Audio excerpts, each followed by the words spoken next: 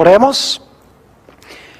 Nuestro Padre y nuestro Dios, te damos gracias por el gran privilegio que nos concedes de venir a este lugar y con libertad abrir tu santa palabra para escuchar tu voz. Pedimos, Padre, la conducción de tu Espíritu Santo. Danos claridad de pensamiento y danos corazones dispuestos para recibir la semilla de la verdad. Te damos gracias por escuchar nuestra oración, porque te lo pedimos en el nombre de Jesús. Amén. Vamos a comenzar nuestro estudio hoy leyendo del Evangelio según San Mateo, el capítulo 24 y los versículos 23 y 24. En este capítulo tenemos las señales de la segunda venida del Señor Jesucristo. Y quiero que noten específicamente una señal que vamos a estudiar en detalle esta noche. Dice allí en Mateo 24, 23, entonces, si alguno os dijere, mirad, aquí está el Cristo, o mirad, allí está, no lo creáis, porque se levantarán falsos cristos y falsos profetas, y harán grandes señales y prodigios, de tal manera que engañarán, si fuere posible, aún a los escogidos. En el versículo 24 encontramos que una de las señales de los últimos días es que se van a levantar falsos profetas que van a hacer señales y milagros para engañar, si fuere posible, aún a los escogidos de Dios.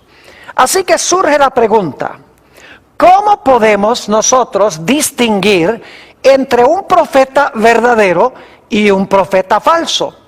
¿Cómo podemos saber si un profeta es llamado de Dios o si un profeta habla de sí mismo o aún habla en nombre de Satanás? En nuestro tema de hoy vamos a estudiar algunas evidencias de un verdadero profeta. Es decir, cómo distinguir a un profeta falso de uno verdadero. Tengo aquí 10 características que quiero cubrir. No sé si alcancemos a estudiarlas todas, pero vamos a hacer lo posible por cubrirlas. La primera característica de un verdadero profeta se halla en el libro de Isaías, el capítulo 8 y el versículo 20. Isaías 8 y el versículo 20. Y quiero leer el versículo 19 para captar el contexto. Dice en el versículo 19, y si os dijeren, preguntad a los encantadores y a los adivinos, que susurran hablando, responded, ¿no consultará el pueblo a su Dios? ¿Consultará a los muertos por los vivos? Y luego dice en el versículo 20, a la ley y al testimonio, si no dijeren conforme a esto, es porque no les ha amanecido. Es decir, un profeta para ser verdadero tiene que hablar en armonía con la ley y el testimonio. Ahora necesito explicarles el significado de la palabra ley y de la palabra testimonio. La palabra ley aquí se refiere a los escritos de Moisés, los 5 libros de Moisés. Mientras que la palabra testimonio se refiere a los escritos de los profetas, como por ejemplo Isaías que está escribiendo aquí. Ya hemos estudiado que el testimonio de Jesucristo es el espíritu de profecía.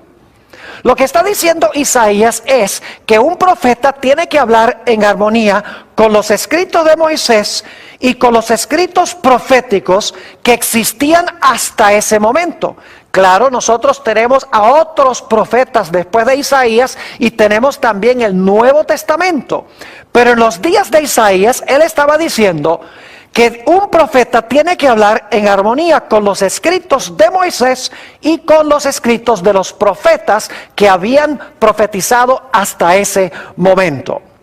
Quiero que noten también conmigo Primera de Corintios, el capítulo 14 y los versículos 32 y 33. Primera de Corintios, el capítulo 14 y el versículo 32 y 33. Y vamos a leer nada más el 32 por ahorrar un poco de tiempo. Dice aquí en el versículo 32, y los espíritus de los profetas están sujetos a los profetas. Es decir, un profeta, para ser verdadero, tiene que hablar en armonía con lo que escribieron y enseñaron otros profetas. Eso es lo que quiere decir aquí: los espíritus de los profetas están sujetos a los profetas que escribieron anteriormente. Quiero leer un pasaje más que está relacionado con el pasaje con que comenzamos nuestro estudio de hoy. Deuteronomio, el capítulo 13 y los versículos 1 hasta el versículo 5. Mis queridos amigos, si un profeta se levanta hoy en día y hace señales y prodigios, pero enseña que no necesitamos guardar la santa ley de Dios, o no debemos obedecer todo lo que se encuentra en la palabra de Dios, podemos estar seguros de que esa persona es un falso profeta. Noten Deuteronomio 13, 1 al 5, a donde Moisés da las pautas para distinguir a un profeta falso de uno verdadero. Dice aquí: cuando se levantare en medio de ti profeta o soñador de sueños, y te anunciare señal o prodigios, y si se cumpliere la señal o prodigio que él te anunció, diciendo: vamos en pos de dioses ajenos que no conociste, y sirvámosles, no darás oído a las palabras de tal profeta, ni al tal soñador de sueños, porque Jehová vuestro Dios os está probando, para saber si amáis a Jehová vuestro Dios con todo vuestro corazón y con toda vuestra alma. En pos de Jehová vuestro Dios andaréis, a él temeréis, guardaréis sus mandamientos y escucharéis su voz. A él serviréis y a él seguiréis. Tal profeta o soñador de sueños ha de ser muerto, por cuanto aconsejó rebelión contra Jehová vuestro Dios, que te sacó de tierra de Egipto y te rescató de casa de servidumbre, y trató de apartarte del camino por el cual Jehová tu Dios te mandó que anduvieses, y así quitarás el mal de en medio de ti. Un verdadero profeta, en otras palabras, va a enseñar que la gente debe andar en los caminos de Dios, deben temer a Dios, guardar los mandamientos de Dios, escuchar la voz de Dios, servirle y seguirle. Es decir, que un verdadero profeta enseñará al pueblo a obedecer todo lo que está escrito en la santa palabra de Dios. Así que la primera prueba de un verdadero profeta es examinar sus enseñanzas y sus escritos para ver si lo que enseñan está en armonía con lo que han escrito otros profetas anteriores a la ley y el testimonio. Si no hablaren conforme a esto, es porque no les ha amanecido, es decir, no tienen luz. La segunda característica de un verdadero profeta la hallamos en el Evangelio según San Mateo, el capítulo 7, y voy a leer los versículos 15 hasta el versículo 20. San Mateo, el capítulo 7 y el versículo 15. Dice allí: guardaos de los falsos profetas, que vienen a vosotros vestidos de ovejas, pero por dentro son lobos rapaces. Es decir, los falsos profetas vienen disfrazados como verdaderos profetas. ¿Cómo podemos entonces distinguir a uno verdadero de uno falso? Dice en el versículo 16: por sus frutos los conoceréis. ¿Acaso se recogen uvas de los espinos o higos de los abrojos? Así todo buen árbol da buenos frutos, pero el árbol malo da frutos malos. No puede el buen árbol dar malos frutos, ni el árbol malo dar frutos buenos. Todo árbol que no da buen fruto es cortado y echado en el fuego. Así que por sus frutos los conoceréis. Ahora, cuando la Biblia habla de frutos, está hablando del fruto del Espíritu Santo. La palabra fruto o frutos se refiere a las diferentes cualidades de Cristo que el Espíritu Santo implanta en el corazón. Ahora, ¿cuáles son algunas de estas características que debe tener un verdadero profeta si es que tiene el fruto del Espíritu? Note lo que dice en Gálatas, el capítulo 5 y el versículo 22. Gálatas 5 y el versículo 22 describe el fruto que debe tener un verdadero profeta. Dice allí, nuevamente, Gálatas 5 y el versículo 22, esto: mas el fruto del Espíritu es amor, gozo, paz, paciencia, benignidad, bondad, fe, mansedumbre, templanza. Contra tales cosas no hay ley. Pero los que son de Cristo han crucificado la carne con sus pasiones y deseos. Si vivimos por el Espíritu, andemos también por el Espíritu. No nos hagamos vanagloriosos, irritándonos unos a otros, envidiándonos unos a otros.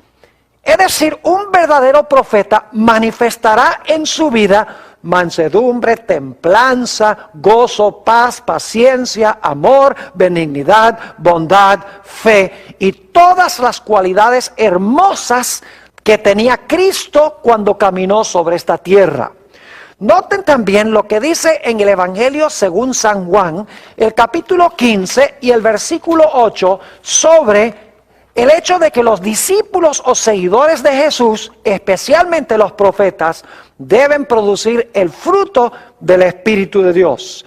Dice Jesús allí: en esto es glorificado mi Padre, en que llevéis mucho fruto y seáis así mis discípulos. La segunda característica entonces es que un verdadero profeta debe manifestar en su carácter el Espíritu de Cristo. Todas estas cualidades hermosas del carácter de Jesús. Un profeta que no manifieste estas cualidades, podemos estar seguros de que no es un verdadero profeta, sino que es un falso profeta. Vamos a nuestra tercera característica que distingue a un profeta verdadero de un profeta falso. Vamos en nuestras Biblias a 1 de San Juan, el capítulo 4 y el versículo 1 al 3. 1 de San Juan, el capítulo 4 y el versículo 1 hasta el versículo 3. Dice allí, en el versículo 1, amados, no creáis a todo espíritu, sino probad los espíritus si son de Dios, porque muchos falsos profetas han salido por el mundo. Fíjense que debemos examinar cuidadosamente los espíritus para ver si son de Dios, porque hay muchos falsos profetas que han salido por el mundo. Ahora, ¿cómo podemos conocer cuál es el Espíritu de Dios? Versículo 2. En esto conoced el Espíritu de Dios. Todo espíritu que confiesa que Jesucristo ha venido en carne es de Dios. Y todo espíritu que no confiesa que Jesucristo ha venido en la carne no es de Dios. Y este es el espíritu del anticristo, el cual vosotros habéis oído que viene y que ahora ya está en el mundo. Un verdadero profeta entonces confesará que Jesucristo vino en carne. Y no solamente confesará que Jesús vino en carne, sino que confesará que Jesús, después de su resurrección y ahora en el cielo, aún conserva su naturaleza humana. Ahora quiero que notemos en nuestras Biblias el libro de Hebreos, el capítulo 2 y el versículo 14, sobre la naturaleza humana de Jesús cuando Él vino a esta tierra. Nuevamente, Hebreos 2 y el versículo 14. Así que, por cuanto los hijos, esos somos nosotros, participaron de carne y sangre, Él también participó de lo mismo. Fíjense que Jesús tenía carne y sangre, dice aquí, cuando se encarnó. Él también participó de lo mismo, para destruir por medio de la muerte al que tenía el imperio de la muerte, esto es, el diablo, y librar a todos los que por el temor de la muerte estaban durante toda la vida sujetos a servidumbre.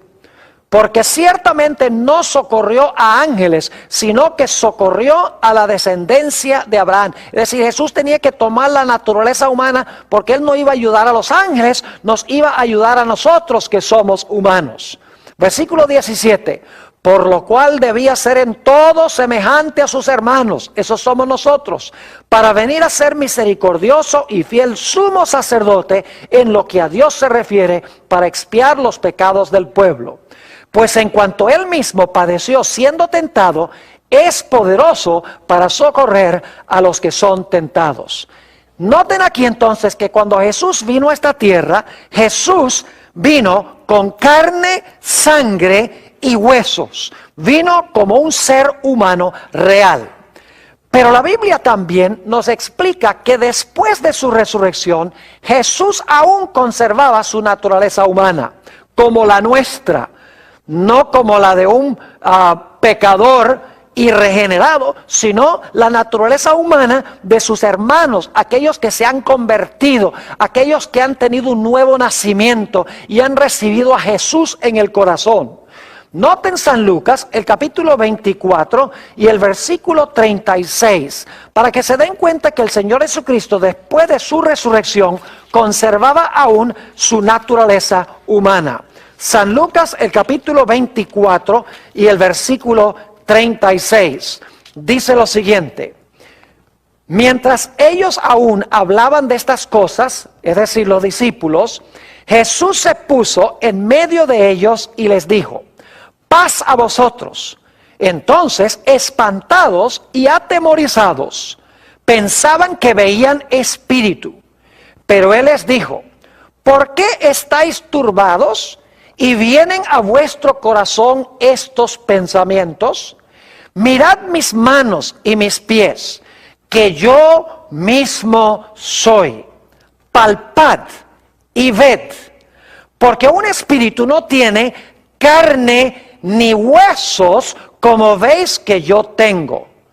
Y luego dice, y diciendo esto, les mostró las manos y los pies. Fíjense que Jesús dijo que tenía carne y huesos después de su resurrección. Los discípulos como que todavía no querían creer. Y por lo tanto dice en el versículo 41, y como todavía ellos de gozo no lo creían, estaban maravillados, les dijo: ¿tenéis aquí algo de comer? Entonces le dieron parte de un pez asado y un panal de miel, y él lo tomó y comió delante de ellos. Es decir, que solamente un profeta que enseña que Jesús vino en carne humana real, como la de sus hermanos, con carne y sangre y huesos, y que aún después de su resurrección nos representa como Jesucristo hombre en los atrios celestiales, puede ser un verdadero profeta. Vamos a nuestra cuarta característica de un verdadero profeta. Un profeta, cuando da una predicción en cuanto a un evento futuro, esa predicción se cumplirá, al menos que la predicción esté vinculada con algún aspecto condicional. En un momento vamos a hablar más de eso. Vayan conmigo en sus Biblias a Jeremías, el capítulo 28 y el versículo 9. Jeremías, el capítulo 28 y el versículo 9 nos presenta esta característica. Dice aquí: el profeta que profetiza de paz, cuando se cumpla la palabra del profeta, será conocido como el profeta que Jehová en verdad envió. ¿Qué es lo que dice el texto? Que el profeta que profetiza paz y se cumple la palabra del profeta, entonces la gente puede saber que en verdad Jehová envió a ese profeta. Vayan conmigo también a Deuteronomio, el capítulo 18 y el versículo 22. Deuteronomio, el capítulo 18 y el versículo 22. Y vamos a leer el versículo 21 para captar el contexto. Dice allí lo siguiente: y si dijeres en tu corazón, ¿cómo conoceremos la palabra que Jehová no ha hablado? ¿Cómo podemos saber si un profeta cuando habla, Dios no lo envió para hablar en su nombre? Versículo 22. Si el profeta hablare en nombre de Jehová y no se cumpliere lo que dijo, ni aconteciere, es palabra que Jehová no ha hablado. Con presunción la habló el tal profeta, no tengas temor de él. Es decir, cuando un profeta se levanta y profetiza algo en nombre de Jehová, y lo que profetizó no se cumplió, podemos saber que es un falso profeta. Ahora debemos reconocer que hay casos a donde Dios da profecías condicionales. Es decir, Él dice que algo va a ocurrir, pero Él pone una condición de que si la gente se arrepiente, entonces lo que Él anunció que iba a suceder no pasa. Tenemos un ejemplo clásico de esto en el libro de Jonás. Dios había dicho que Él iba a destruir la ciudad de Nínive en 40 días. Y la Biblia nos dice que Jonás proclamó este mensaje por todas las calles de la ciudad de Nínive. Después de 40 días, la Biblia nos dice que Dios se arrepintió de destruir la ciudad de Nínive y en lugar de destruirla, la salvó. Y claro, Jonás tenía miedo de que la gente pensara que él era un falso profeta. Pero encontramos que claramente Dios dice, miren, la razón por la cual yo cambié mi acción para con Nínive es porque como ellos cambiaron o ellos se arrepintieron, entonces yo también me arrepentí basado en el arrepentimiento de ellos y no les envié la destrucción anunciada. Es decir, la profecía era condicional. Si la gente cumplía con los requisitos, entonces lo que Dios había anunciado no se iba a realizar. Ahora, debo hacer una aclaración. Y es que hay falsos profetas que pueden predecir aparentemente ciertos eventos que van a ocurrir en el futuro. Por ejemplo, estudiamos en otra serie de temas que he presentado la experiencia de la pitonisa de Endor. Encontramos que el supuesto Samuel, que no era Samuel, sino un espíritu maligno que se disfrazó de Samuel, este supuesto Samuel anunció a través de esta pitonisa de Endor que el siguiente día Saúl, el rey, iba a morir en batalla y que iba a estar en el mismo lugar a donde había ido Samuel. Ahora, ¿cómo sabía la pitonisa de Endor a través de este espíritu maligno que Saúl iba a ser muerto el siguiente día? Sencillamente la Biblia nos dice que la razón es que Saúl había entregado su alma al diablo y el diablo podía hacer con él lo que él quería. Un espíritu maligno se había poseído de él y por lo tanto lo que Satanás estaba haciendo a través de este espíritu era decirle a la pitonisa, Saúl va a morir mañana. Lo que no le reveló Satanás es que él tenía planes de matar a Saúl en la batalla el siguiente día. Hay profetas hoy en día que parecen anunciar eventos y en realidad esos eventos suceden. Bueno, no necesariamente significa por eso que ese profeta es de Dios. Porque como les he mencionado, Satanás tiene mucha experiencia y él puede razonar de causa a efecto y puede aparentemente predecir el futuro. Por esa razón no podemos tomar esta característica sola. Para probar a un profeta tenemos que analizar todas las características de un verdadero profeta y hay que aplicarlas todas. No es suficiente aplicar una, porque como les menciono, hay profetas que parecen profetizar eventos futuros y ocurren. Así que no es suficiente aplicar una o dos de estas evidencias, sino que debemos aplicarlas todas. Ahora, quiero que notemos nuestra quinta característica de un verdadero profeta. Un verdadero profeta será siempre humilde. Un verdadero profeta nunca es arrogante. Un verdadero profeta nunca es autosuficiente. Un verdadero profeta nunca quiere que la gente lo mire a él y lo exalte a él. Es decir, un verdadero profeta no se viste con trajes lujosos y anda con automóviles super caros y viven en un palacio. En realidad, no hay profeta en la Biblia que haya cabido con esas características arrogantes y autosuficientes de muchos de los profetas que existen en el mundo hoy. Tal vez un buen ejemplo de un profeta que manifestó gran humildad lo encontramos en el caso de Juan el Bautista. Note lo que dice en el Evangelio según San Juan, el capítulo 1, San Juan el capítulo 1, y voy a leer los versículos 8 y 9.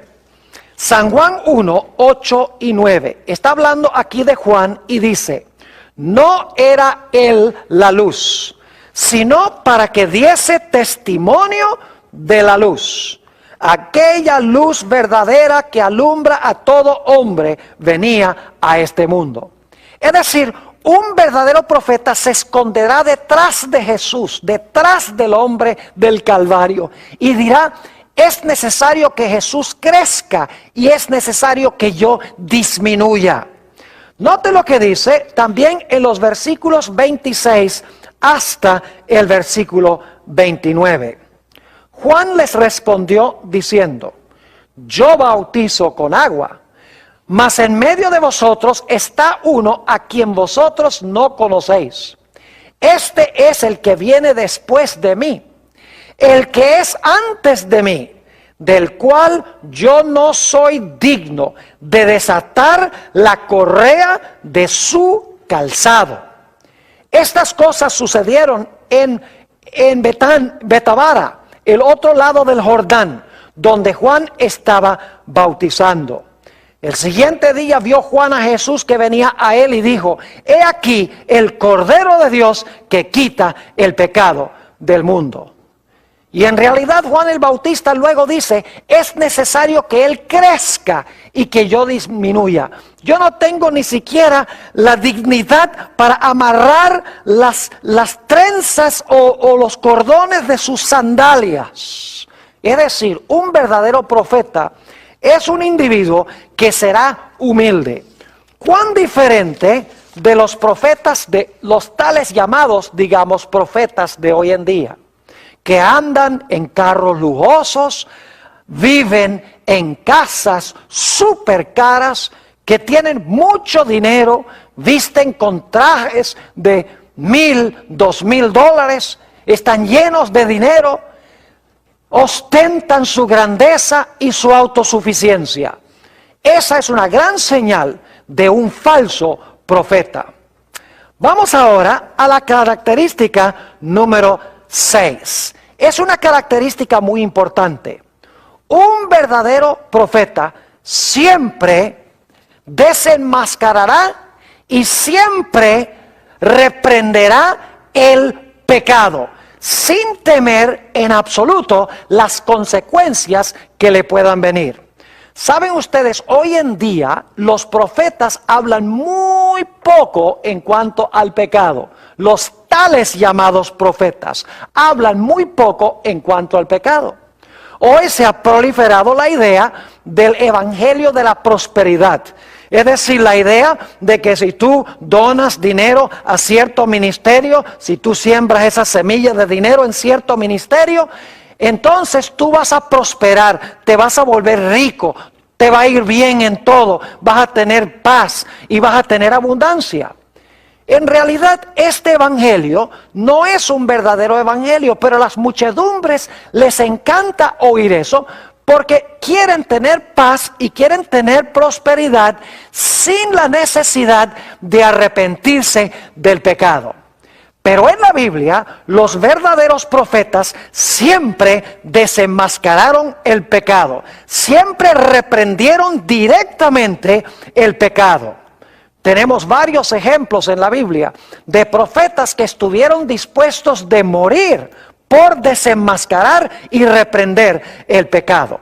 Permítame mencionarles algunos de esos profetas que anunciaban la verdad cortante de Dios sin dar vueltas y sin temer las consecuencias.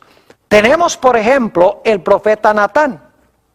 Cuando David cometió su terrible pecado de adulterio y luego mandó a matar a Urías Eteo, Dios le dijo al profeta Natán: tú debes ir al rey y debes reprender al rey abiertamente por los pecados que ha cometido. Natán el profeta sabía que todo el poder estaba en las manos del rey. El rey podía dar un decreto para matarlo si él quería. Y sin embargo, sin temor y sin reservaciones, la Biblia nos dice que el profeta Natán fue a donde David y le dijo: David, tú eres aquel hombre. Reprendió su pecado, y la Biblia nos dice que David, que fue impactado e impresionado por el Espíritu de Dios, se arrepintió y escribió el hermoso Salmo 51, que es el salmo de su penitencia. Podríamos pensar también de Elías, cuando fue ante Acab. Acab le dijo: oh, eres tú el que alborotas al pueblo de Israel. Y encontramos que Elías le dijo: no, yo no he alborotado al pueblo de Israel, sino que tú y la casa de tu padre han alborotado a Israel, abandonando los mandamientos de Dios y adorando a los Baales. Es decir, Elías no le tenía miedo al rey. Cuando había pecado, él cantaba el pecado por su nombre. Jeremías habló claramente ante varios reyes. Y como resultado, la Biblia nos dice que Jeremías fue a parar más que una vez al calabozo. Es decir, los profetas siempre viven en destierro, huyen al desierto, no son queridos sino que son odiados, como veremos dentro de unos momentos. El profeta Isaías tuvo palabras de reprensión para el rey Acaz y también para Ezequías. Y la Biblia nos dice que en Hebreos el capítulo 11, que Isaías fue aserrado, es decir, fue colocado en un tronco y luego el tronco fue serruchado en dos. ¿Y qué diríamos de Juan el Bautista? Que compareció ante Herodes y le dijo: no es lícito que tú tengas la mujer de tu hermano. Es decir, reprendió la violación del séptimo mandamiento que estaba practicando el rey Herodes. Y todos sabemos que como resultado de su predicación clara y directa a Herodes, eso le costó literalmente a Juan el Bautista la cabeza. ¿Y qué diríamos de Juan el Apóstol, el que escribió el libro de Apocalipsis? La tradición cristiana, una tradición muy fidedigna, nos dice que Juan el Apóstol fue llevado para testificar ante el emperador Domiciano, emperador de Roma. Y la Biblia nos dice, en realidad la tradición eclesiástica nos dice, la Biblia nos dice que fue enviado a Patmos, como veremos en un momento, pero la tradición nos dice que Juan testificó ante Domiciano y lo reprendió claramente por los pecados que él estaba cometiendo. Y por lo tanto, la tradición nos dice que Juan fue echado en un caldero de aceite hirviente. Pero según esta tradición, que es bien fidedigna, bien temprana en la historia de la iglesia, se realizó el mismo milagro con Juan que con los 3 jóvenes en el horno de fuego. Es decir, que no fue consumido ni fue hervido Juan como resultado de estar en ese aceite. Y por lo tanto, nos dice la tradición que Domiciano desterró a Juan a la isla de Patmos. Y eso sí lo tenemos en la Biblia, porque la Biblia nos dice claramente que Juan estaba en la isla de Patmos, que era como el Alcatraz de aquella época. Era una prisión que era una isla a donde había minas de azufre. Es decir, que los verdaderos profetas presentan la verdad sin temer las consecuencias. Podríamos hablar de otros profetas como Daniel, etcétera, pero creo que tenemos suficiente evidencia hasta ahora de que los verdaderos profetas hablan la verdad de Dios, no hablan de prosperidad cuando Dios no ha declarado prosperidad. La característica número 7 que quiero tratar con ustedes es que muchas veces los profetas, cuando reciben visiones y sueños, experimentan ciertos fenómenos fisiológicos. Por ejemplo, a veces los profetas, cuando entran en visión, caen como muertos. Y nos dice en el libro de Daniel que Daniel, cuando estaba en visión, no respiraba. También en Apocalipsis 21, 9 y 10, al igual que en Apocalipsis el capítulo 17, nos dice que Juan y Daniel fueron llevados en visión a lugares lejanos, y es como si ellos estaban participando en esos eventos. En Apocalipsis 21, 9 y 10 nos dice la Biblia que Juan sintió que estaba siendo llevado a la Nueva Jerusalén, a ver la Nueva Jerusalén. En Apocalipsis 17 nos dice que Juan fue llevado a contemplar en el desierto a la gran ramera. Ahora sabemos que no eran transportados allí físicamente, pero en sus mentes eran transportados y era tan real que ellos pensaban que estaban allí. El apóstol Pablo tuvo una experiencia semejante a esta, según nos dice la Biblia, en 2 de Corintios, el capítulo 12 y el versículo 2 al 4, a donde se nos declara que el apóstol Pablo conoció a un hombre, y yo creo personalmente que ese hombre es él mismo, conoció a un hombre que hace varios años fue transportado al tercer cielo, y luego dice, no sé si fue transportado en el cuerpo o fuera del cuerpo, es decir, no sé si fue transportado al cielo en visión o si fue transportado al cielo en persona. Dice, pero allá escuchó palabras que nadie puede repetir.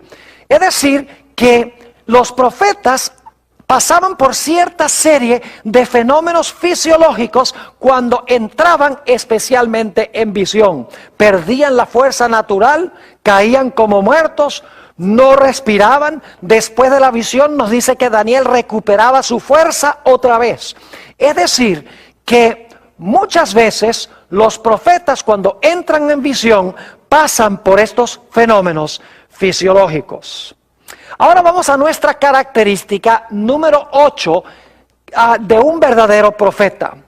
En realidad, los verdaderos profetas son odiados y perseguidos por aquellos a quienes entregan el mensaje. El oficio profético es un oficio supremamente difícil. Según la Biblia, los profetas no buscaban esa función, no estudiaban para ser profetas, no se enorgullecían de ser profetas. Generalmente hablando, en la Biblia, los profetas preferían no ser profetas, trataban de zafarse del llamado. Por ejemplo, Moisés, cuando Dios lo llamó, Moisés dice, no, pero yo no sé hablar. Lo mismo sucedió con el profeta Jeremías. El profeta Jeremías dijo, no, yo no sé hablar. Es decir, los profetas sabían que les esperaba una tarea supremamente difícil y preferían no tener que cumplir la función de profeta. Muchas veces los profetas eran medio extraños y excéntricos. Raras veces los profetas eran populares. Es decir, yo no conozco ningún caso en la Biblia a donde un profeta haya sido querido por el pueblo. Porque el pueblo a quien era enviado el profeta siempre odiaba al profeta, porque el profeta decía las cosas exactamente como son.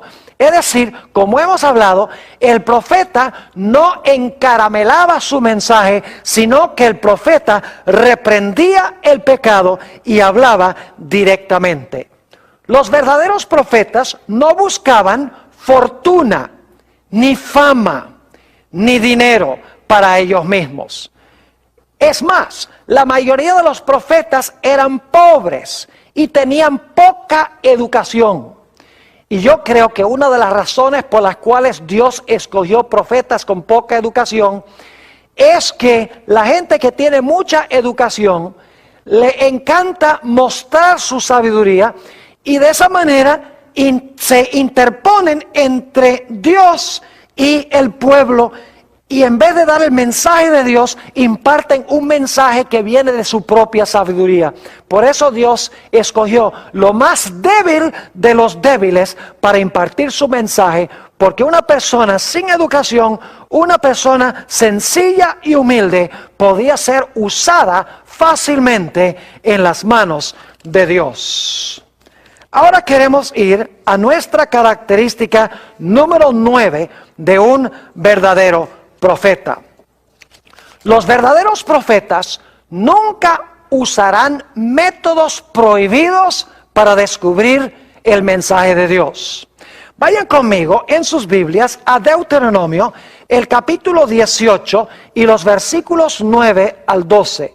Deuteronomio, el capítulo 18 y los versículos 9 hasta el versículo 12. Aquí se dan métodos prohibidos por Dios, métodos que Dios no usa para impartir su mensaje. Y un verdadero profeta nunca usará esta metodología para transmitir el mensaje de Dios. Deuteronomio, el capítulo 18 y el versículo 9 dice esto: Cuando entres a la tierra que Jehová tu Dios te da, no aprenderás a hacer según las abominaciones de aquellas naciones. Fíjense que aquellas naciones que Dios mandó a expulsar de Canaán cometían ciertas abominaciones.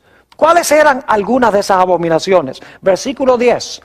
No sea hallado en ti quien haga pasar a su hijo o a su hija por el fuego, ni quien practique adivinación, ni agorero, ni sortílego, una persona que echa suertes, ni hechicero, ni encantador, ni adivino, ni mago, ni quien consulte a los muertos. Es decir, no imparte Dios un mensaje a través de un medium espiritista, o el que lee la bola de cristal, o el que lee los naipes, o el que procura determinar el destino en las estrellas. Dios no usa ninguno de estos métodos para transmitir su mensaje a través de un profeta. Noten el versículo 12: porque es abominación para con Jehová cualquiera que hace estas cosas, y por estas abominaciones Jehová tu Dios echa estas naciones de delante de él. Vamos a leer también un par de versículos del Nuevo Testamento. Apocalipsis, el capítulo 21 y el versículo 8. Apocalipsis, el capítulo 21 y el versículo 8.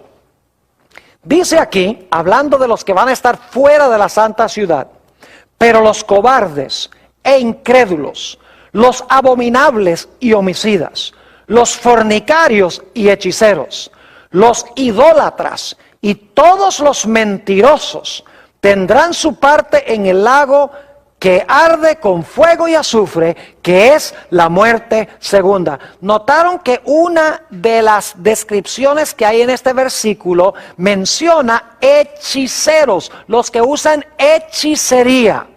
Noten también el capítulo 22 y el versículo 15. 22, 15. Mas los perros estarán fuera. Y los hechiceros, fíjense otra vez, y los hechiceros, los fornicarios, los homicidas, los idólatras y todo aquel que ama y hace mentira. Así que fíjense que nuevamente se menciona aquí hechiceros.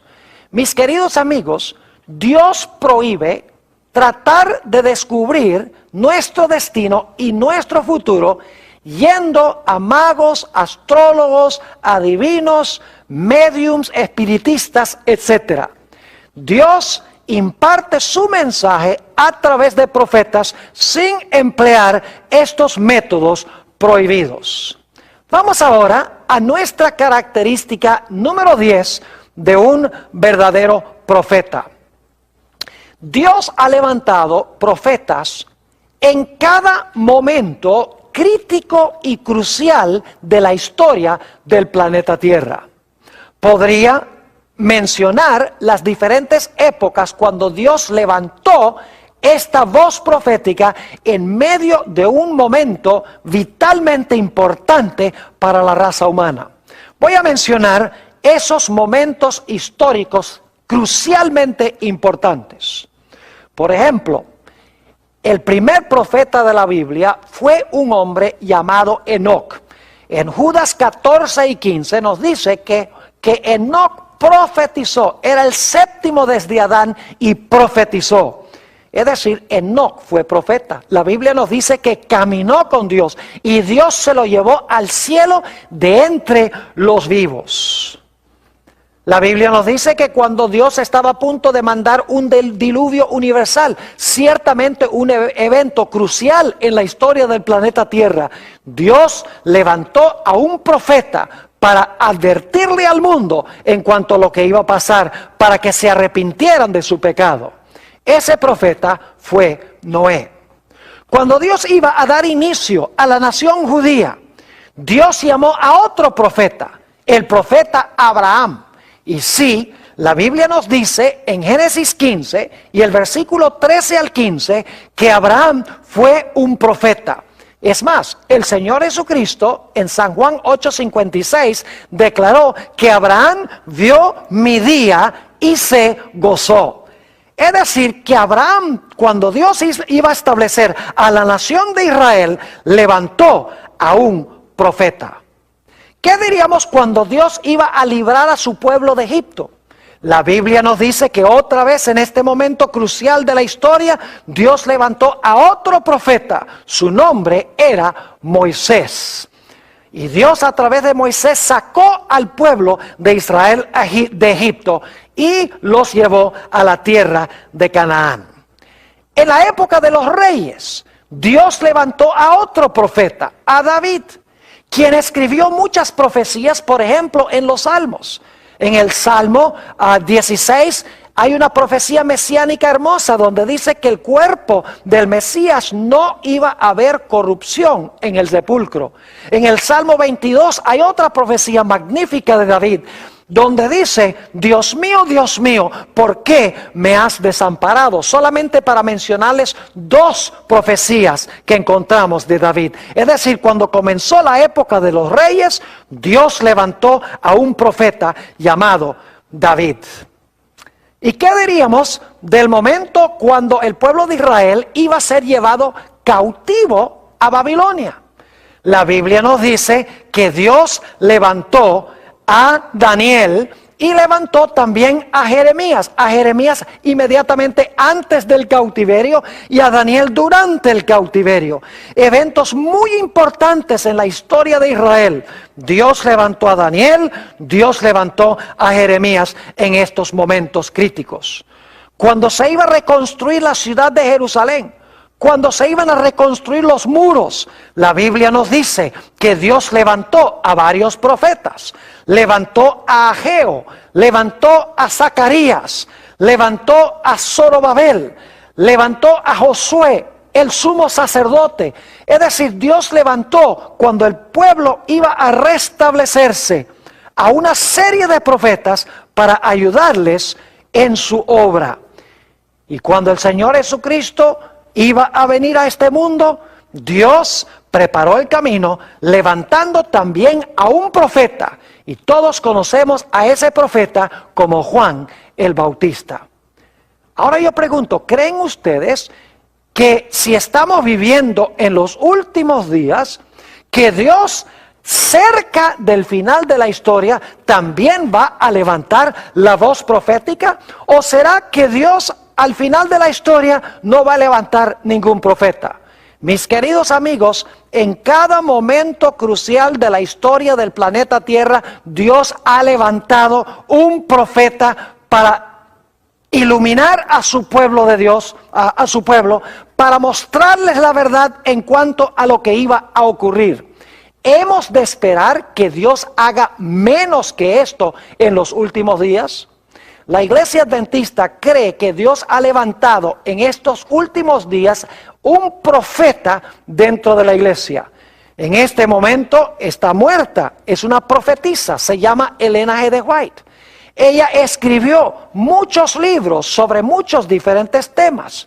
El propósito por el cual Dios la levantó es para preparar a un pueblo en todas las dimensiones para la segunda venida de Jesús. Ella habla de educación, ella habla de la obra médica, ella habla de finanzas, ella habla sobre profecías, eventos del fin. Habla de todas las dimensiones de la vida cristiana y cómo podemos nosotros complacer a Dios y preparar un carácter donde podamos decir, he aquí, este es nuestro Dios, le hemos esperado y Él nos salvará. Ahora, algunas personas dicen, bueno, Pastor Bor, pero el asunto es que Elena G. de White fue una mujer. ¿Acaso una mujer puede ser profeta según la Biblia? Claro que sí. Déjeme mencionarles los nombres de varias mujeres que fueron profetas de Dios. Tenemos a María, la hermana de Moisés. Tenemos a Débora, que fue profetisa y además de eso fue juez. Tenemos a Hulda, la profeta, que se levantó en los días del rey Josías para guiarlo en su gran reforma que trajo al pueblo de Israel. Tenemos otros profetas menos conocidos, como Ido, por ejemplo. Tenemos las 4 hermanas de Felipe. Tenemos a Ana también. Es decir, en la Biblia hay muchas mujeres que fueron profetisas usadas por Dios. Así que el hecho de que Elena G. de White haya sido una mujer no tiene ninguna trascendencia. Pero alguno dirá, Pastor Bor, ¿será que hubo profetas cuyos escritos no formaron parte de la Sagrada Escritura? Porque la señora White escribió muchos libros, pero ninguno de sus libros es parte de la Biblia. ¿Será que había otros profetas que hablaron en nombre del Señor y que sus libros o sus escritos no fueron incluidos en la Sagrada Escritura? Claro que sí. La Biblia menciona a varios de estos. Por ejemplo, Natán fue profeta. No hay ningún libro de la Biblia que tenga el nombre de Natán. Elías fue un gran profeta. No hay ningún libro en la Biblia que tenga el nombre de Elías. Eliseo fue un profeta muy importante. Tampoco hay un libro en la Biblia que lleve el nombre de Eliseo. Tenemos también a Juan el Bautista, que Jesús dijo era el mayor de todos los profetas. Y sin embargo, no hay ningún libro en la Biblia que lleve el nombre de Juan el Bautista.